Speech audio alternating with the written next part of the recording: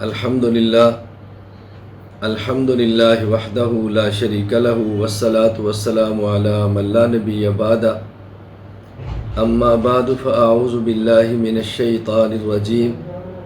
بسم اللہ الرحمن الرحیم اہدنا الصراط المستقیم صراط الذین انعمت علیہم غیر المغضوب علیہم ولا الضالین اللہم صلی علی محمد وعلی آل محمد کما صلیت علی ابراہیم وعلی آل ابراہیم انک حمید مجید اللہم بارک علی محمد وعلی آل محمد کما بارکت علی ابراہیم وعلی آل ابراہیم انک حمید مجید۔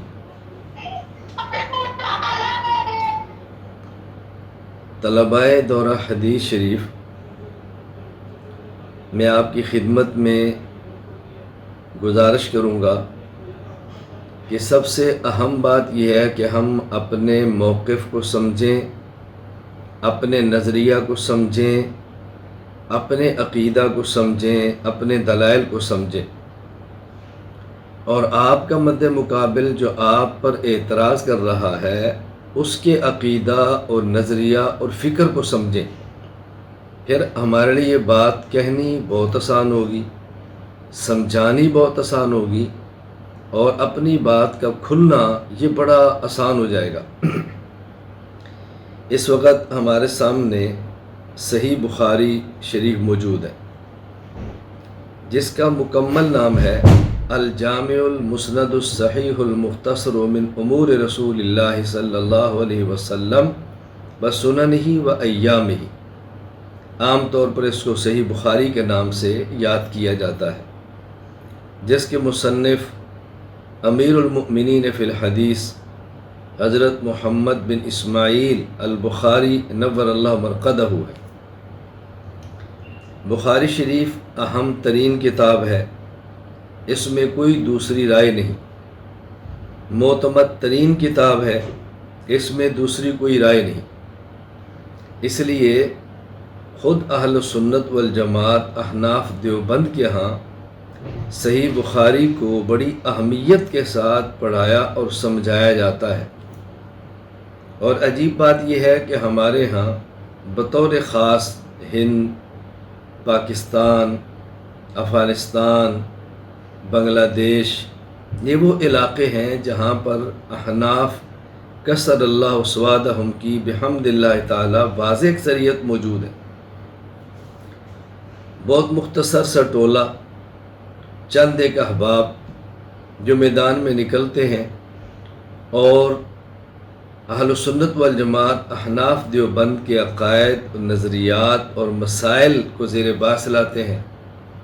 ممبر و محراب پر بھی لاتے ہیں اور عوامی سٹیج کے اندر بھی لاتے ہیں۔ ہماری ضرورت اور مجبوری بن جاتی ہے کہ اپنے حضرات کو سمجھائیں کہ ہمارا عقیدہ کیا ہے،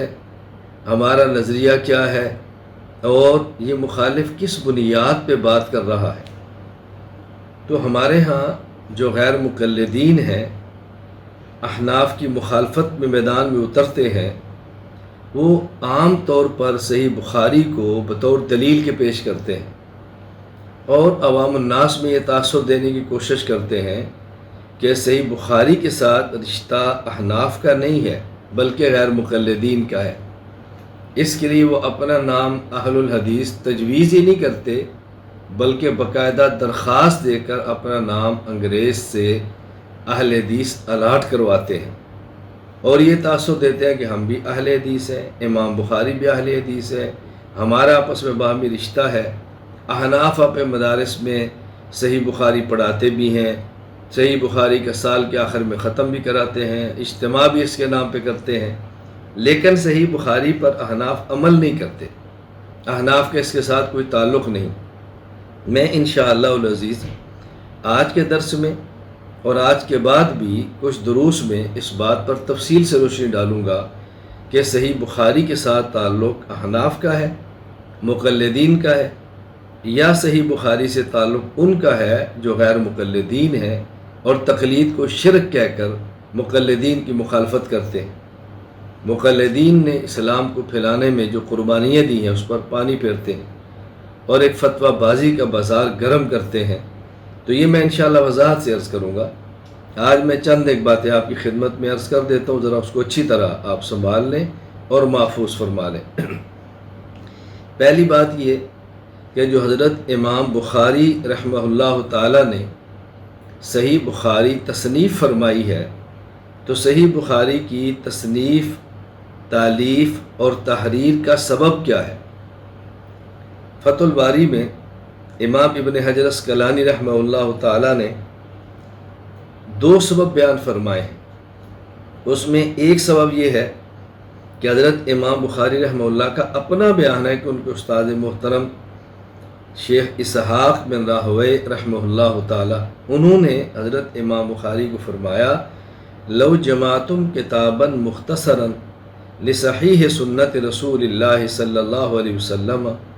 قال فوقع ذلك فی قلبی فاخذت فی جمع الجامع الصحیح،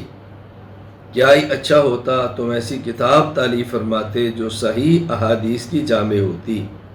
مختصر بھی ہوتی اور اس میں صحیح احادیث جمع ہو جاتی۔ حضرت امام بخاری رحمۃ اللہ فرماتے ہیں فوقع ذلك فی قلبی،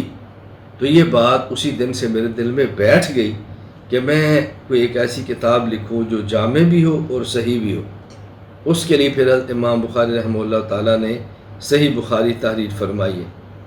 شیخ الحدیث مولانا محمد زکریا نور اللہ مرقدہ کے ارشاد کے مطابق 16 سال تقریباً صحیح بخاری کے جمع کرنے پر حضرت امام بخاری رحمہ اللہ لگائے ہیں، بہت زیادہ ان اس کا اہتمام فرمایا ہے۔ دوسری وجہ ابن حجر اسقلانی رحمہ اللہ جو فتح الباری میں تحریر فرمائی ہے، فرمایا محمد بن سلیمان بن فارس کہتے ہیں کہ حضرت امام بخاری رحمہ اللہ تعالیٰ نے ارشاد فرمایا، رأیت النبی صلی اللہ علیہ وسلم وکأننی واقف بین یدیہ، میں نے خواب دیکھا اور خواب میں یوں دیکھ رہا ہوں کہ گویا میں رسول اکرم صلی اللہ علیہ وسلم کے سامنے کھڑا ہوں، وبیدی مروحۃ اذب بها عنہ، میرے ہاتھ میں پنکھا ہے اور میں رسول اکرم صلی اللہ علیہ وسلم کو وہ پنکھا جھیل رہا ہوں، پنکھا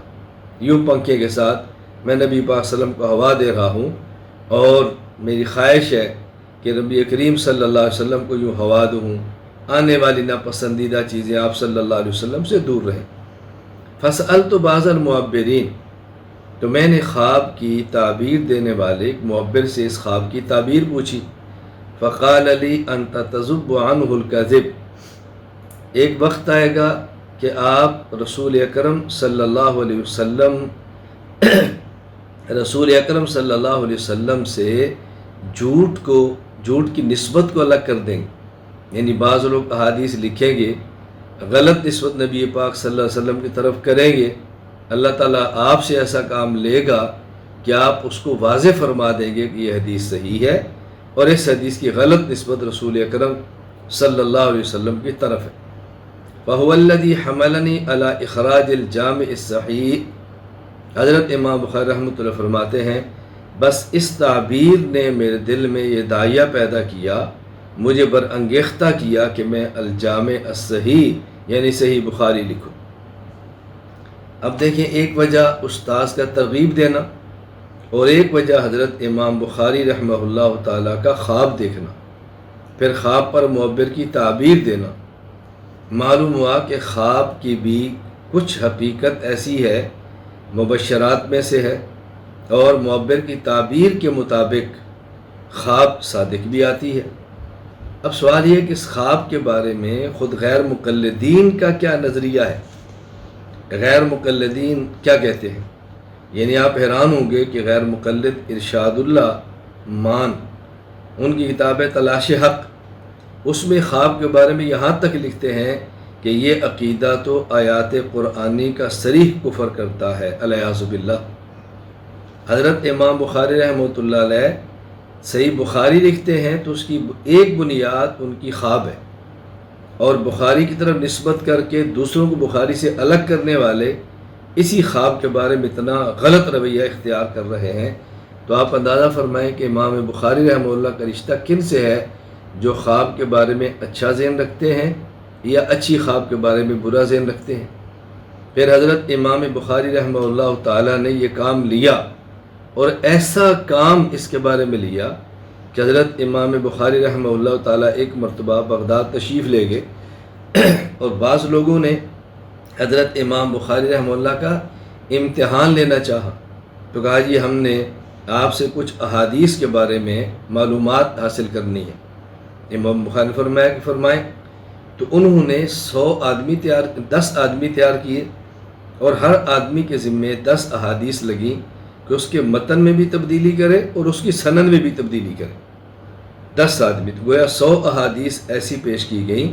جن کے متن میں بھی تبدیلی ہے اور ان کی سند کے اندر بھی تبدیلی ہے۔ اب ایک شخص کھڑا ہوتا ہے تو حضرت امام بخاری رحمہ اللہ کے سامنے 10 احادیث یوں پیش کرتا ہے کہ پہلے سند بدل کے، پھر متن بدل کے۔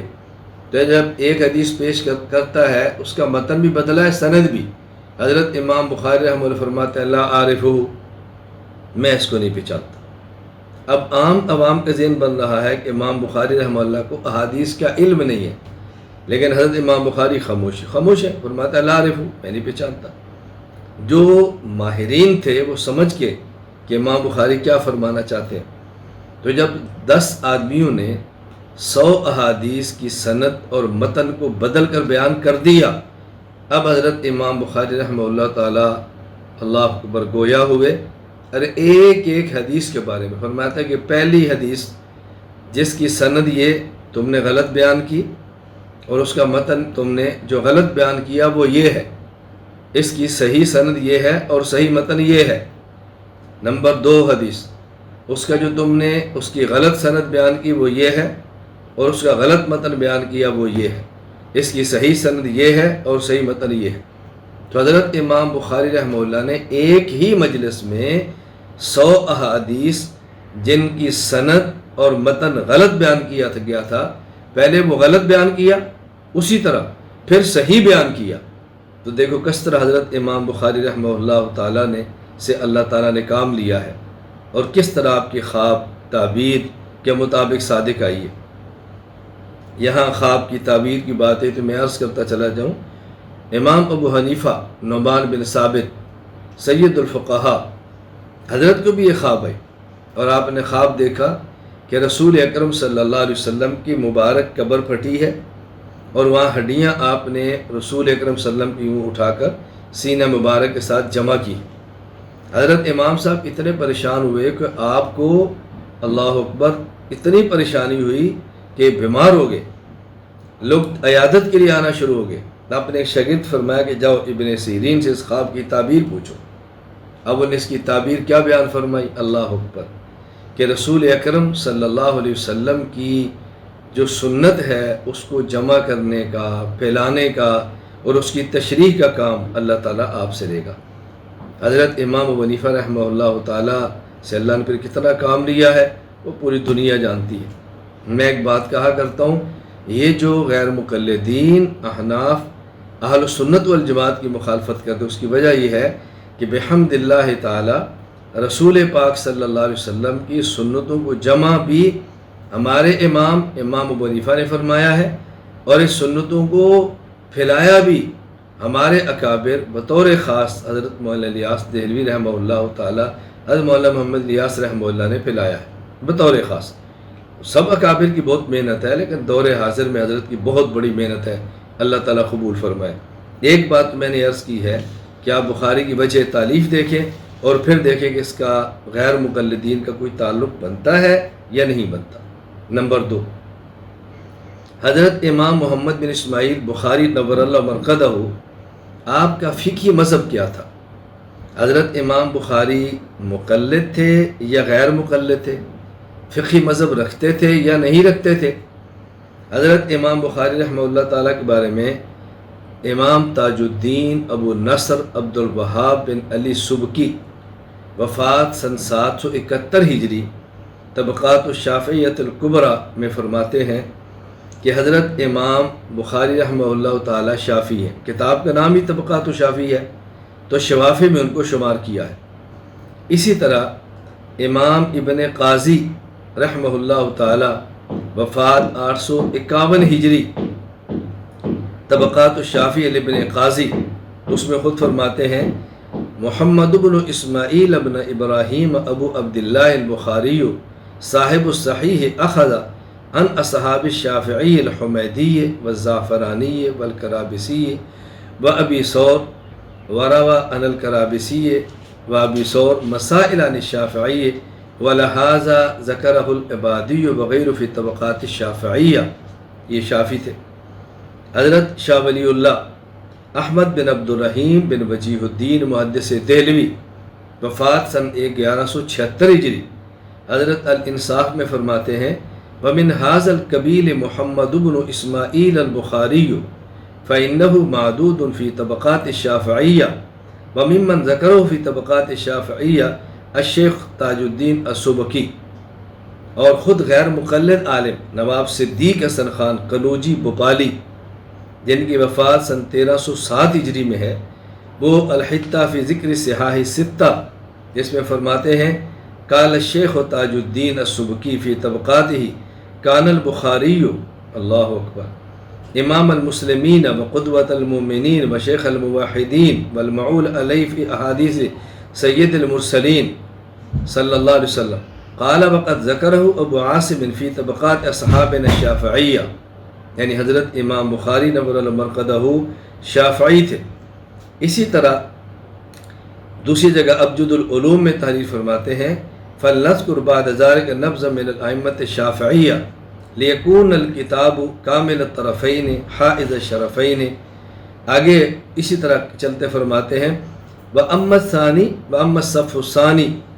من تلاہ من الائمۃ الشافعیہ فمنہم محمد بن ادریس ابو حاتم الرازی و محمد بن اسماعیل البخاری، یعنی حضرت امام محمد بن اسماعیل بخاری شافعی تھے۔ معروف غیر مقلد عالم ابو سعید محمد حسین بٹالوی، وفات 1338 ہجری، وہ کہتے ہیں بہت سے اصحاب طبقہ نے ائمہ حدیث جامعین سیاستہ امام بخاری وغیرہ کو بھی امام شافعی کے مذہب کی طرف منسوب ہے اور شافعی قرار دیا ہے۔ اشاعت السنہ جلد 21 صفحہ 74۔ اب آپ فرمائیں کہ حضرت امام بخاری رحمۃ اللہ علیہ شافعی المذہب ہے، اتنا بڑا شخص ہونے کے باوجود حضرت امام محمد بن ادریس شافعی رحمہ اللہ تعالیٰ کے مقلد ہیں۔ تو امام شافعی رحمۃ اللہ علیہ مقلد ہیں، اور خود امام شافعی کی اپنی تصریح آپ اٹھائیں صحیح بخاری کو، حضرت امام بخاری کی اپنی تصریح صحیح بخاری، باب الاقتداء بسنن رسول اللہ صلی اللہ علیہ وسلم وقول اللہ تعالی وجعلنا للمتقین اماما قال ائمۃ نقتدی بمن قبلنا ویقتدی بنا من بعدنا، اللہ اکبر، قال ائمۃ نقتدی بمن قبلنا ویقتدی بنا من بعدنا، کہ یہ جو قرآن کریم کی آیت ہے وجعلنا للمتقین اماما، کہ یا اللہ ہمیں متقین کے لیے امام بنا دے، اس کا معنی کیا ہے؟ ائمۃ نقتدی بمن قبلنا، یعنی ہمیں ایسے ائمہ بنا کہ جو ہم سے پہلے ہیں ان کی ہم اقتداء کریں، ویقتدی بنا من بعدنا، اور جو ہم سے بعد آنے والے ہیں وہ ہماری اقتداء کریں۔ تو حضرت امام بخاری رحمۃ اللہ علیہ یہاں پیغمبر کے علاوہ دوسرے اشخاص کی اقتداء کی بات کر رہے ہیں۔ تو ہم احناف تو بحمد اللہ تعالی مقلد ہیں، اور امام بخاری بھی مقلد ہیں۔ تو جو حضرات تقلید کو شرک کہتے ہیں ان کا حضرت امام بخاری رحمہ اللہ تعالیٰ سے کیا تعلق ہے، ذرا غور فرمائیں۔ مجھے یہاں پہ ایک بات یاد آئی، احسن البیان مولانا محمد جوناگڑھی غیر مقلد کا ترجمۃ القرآن کریم ہے،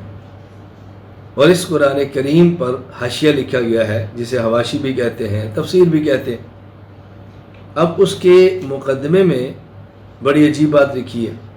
کیا جی اللہ کو اللہ کہنا چاہیے، خدا نہیں کہنا چاہیے، اس سے شرک کی بو آتی ہے۔ اور پھر یہ کہا کہ پورے احسن البیان میں جہاں پہ لفظ خدا لکھا تھا ہم نے بدل کے وہاں پہ اللہ اور رب لکھ دیا ہے۔ تو میں نے اس پر ایک تبصرہ کیا، 1 گھنٹے کا تفصیلی تبصرہ احسن البیان پر موجود ہے، آپ اس کو سن سکتے ہیں۔ میں نے اس میں تبصرہ کیا کہ خدا کا لفظ کہنے سے شرک کی بو آتی ہے، آپ نے تفسیر میں لفظ خدا کاٹ کے اللہ لکھا تو تفسیر کا شرک ختم ہو گیا اور آپ نے اس کو مواحد بنا دیا۔ وہ مصنف جو خدا خدا لکھتے دنیا سے چلا گیا، اس کا کیا بنے گا؟ یعنی مصنف مشرک ہوا، تفسیر توحیدی بن گئی، تو مشرک مصنف کی توحیدی تفسیر کیا قابل اعتماد ہو جائے گی؟ تو سوال یہ ہے، اگر تقلید شرک ہے جیسا کہ یہ حضرات کہتے ہیں، تو حضرت امام بخاری رحمہ اللہ تعالیٰ تو مقلد ہیں، تو اگر ان کی بات کو مان لیا جائے تو امام بخاری رحمہ اللہ کو کس کھاتے میں یہ ڈالیں گے؟ اس لیے حضرت امام بخاری رحمہ اللہ سے تعلق مقلدین کا تو ہو سکتا ہے، غیر مقلدین کا کوئی رشتہ اور کوئی ناطہ نہیں۔ تو حضرت امام بخاری نور اللہ مرقدہ ہمارے ہیں، یہ کسی اور کے نہیں ہے، بخاری سے ہمارا تعلق ہے، ہمارا رشتہ ہے۔ باقی حضرت امام شافعی حضرت امام حنیفہ رحمۃ اللہ علیہ سے چھوٹے ہیں، تو حضرت امام شافعی ہمارے چچا ہیں، حضرت امام ابو حنیفہ رحمہ اللہ تعالی حضرت امام بخاری کے تایا ہیں، وہ بڑے ہیں وہ چھوٹے ہیں، تو ہمارا تو آپس کا رشتہ ہے، ان کا کوئی رشتہ نہیں ہے۔ تو میں یہ آپ کی خدمت میں بات عرض کر رہا ہوں کہ حضرت امام بخاری رحمہ اللہ سے تعلق اور نسبت کس کی ہے؟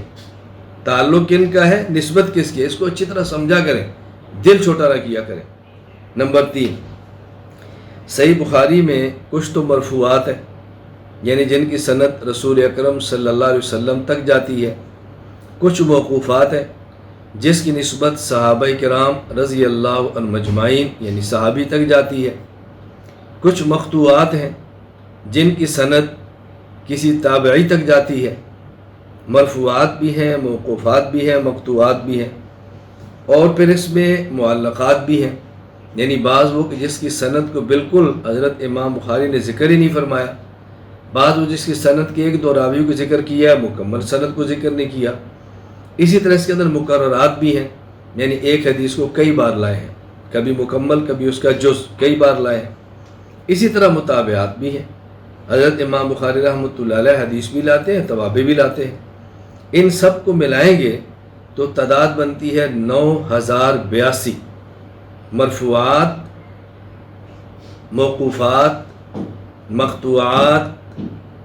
معلقات، مکررات، متابعات کو ملا کے 9082۔ اب 9082 جو روایات صحیح بخاری میں ہیں،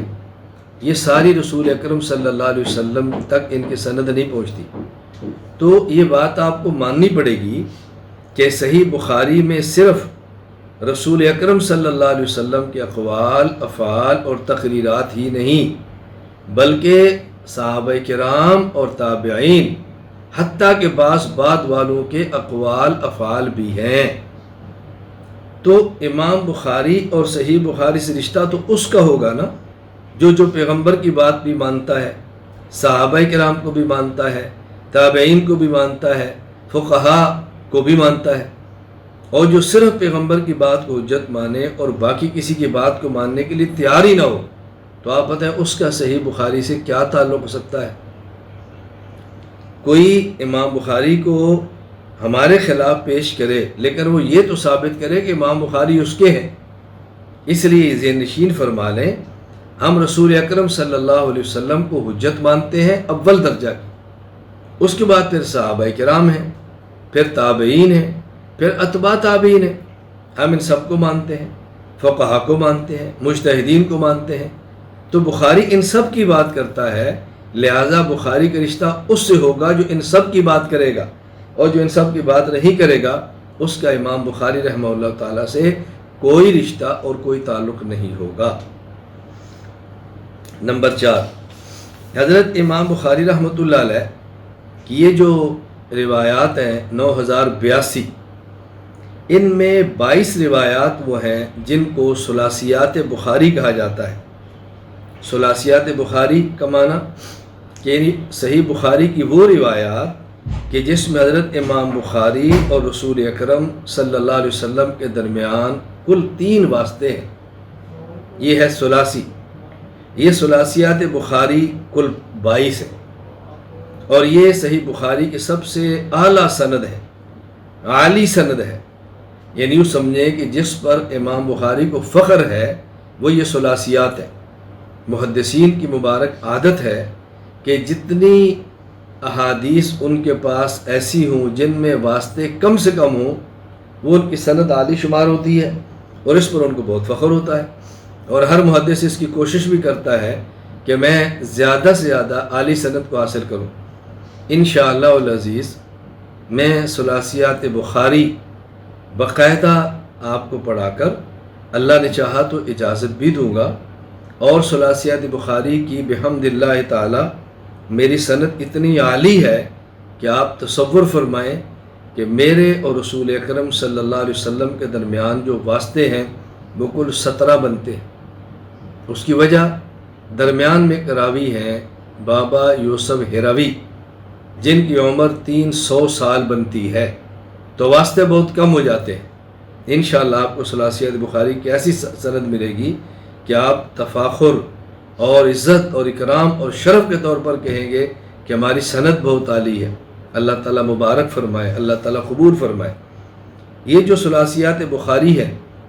ان میں 11 روایات وہ ہیں کہ جن کے راوی مکی بن ابراہیم ہیں، اور یہ مکی بن ابراہیم حضرت امام اعظم ابو حنیفہ نعمان بن ثابت کے شاگرد ہیں۔ ان میں 6 روایات ایسی ہیں جن کے راوی امام ابو عاصم ہیں، اور امام ابو عاصم حضرت امام ابو حنیفہ نعمان بن ثابت نور اللہ مرقدہ کے شاگرد ہیں۔ ان میں 3 روایات ایسی ہیں کہ جن کے راوی حضرت امام محمد بن عبداللہ انصاری ہیں، جو حضرت امام ظفر کے شاگرد اور پھر امام ابو حنیفہ کے، یعنی امام ابو حنیفہ کے ایک واسطہ سے شاگرد بنتے ہیں۔ اب آپ اندازہ فرمائیں کہ ان 22 ثلاثیات میں سے 20 روایات تو وہ بن گئیں کہ جو حضرت امام ابو حنیفہ رحمہ اللہ کے شاگردوں سے روایات لی گئی ہیں۔ سبحان اللہ، آپ اندازہ فرمائیں کیا مقام ہے حضرت امام ابو حنیفہ نعمان بن ثابت رحمہ اللہ تعالیٰ کا، کتنا بڑا مقام ہے، آپ اندازہ فرمائیں کتنا بڑا مقام ہے حضرت امام سے رحمہ اللہ تعالیٰ کہ حضرت امام بخاری رحمۃ اللہ علیہ کی وہ ثلاثیات جس کی سند عالی ہے اور امام بخاری کو فخر ہے، اس میں 11 روایات کے راوی مکی بن ابراہیم امام حنیفہ کے شاگرد، 6 روایات کے راوی ابو عاصم امام حنیفہ کے شاگرد، 3 روایات کے راوی محمد بن عبداللہ انصاری امام حنیفہ کے شاگرد ہیں۔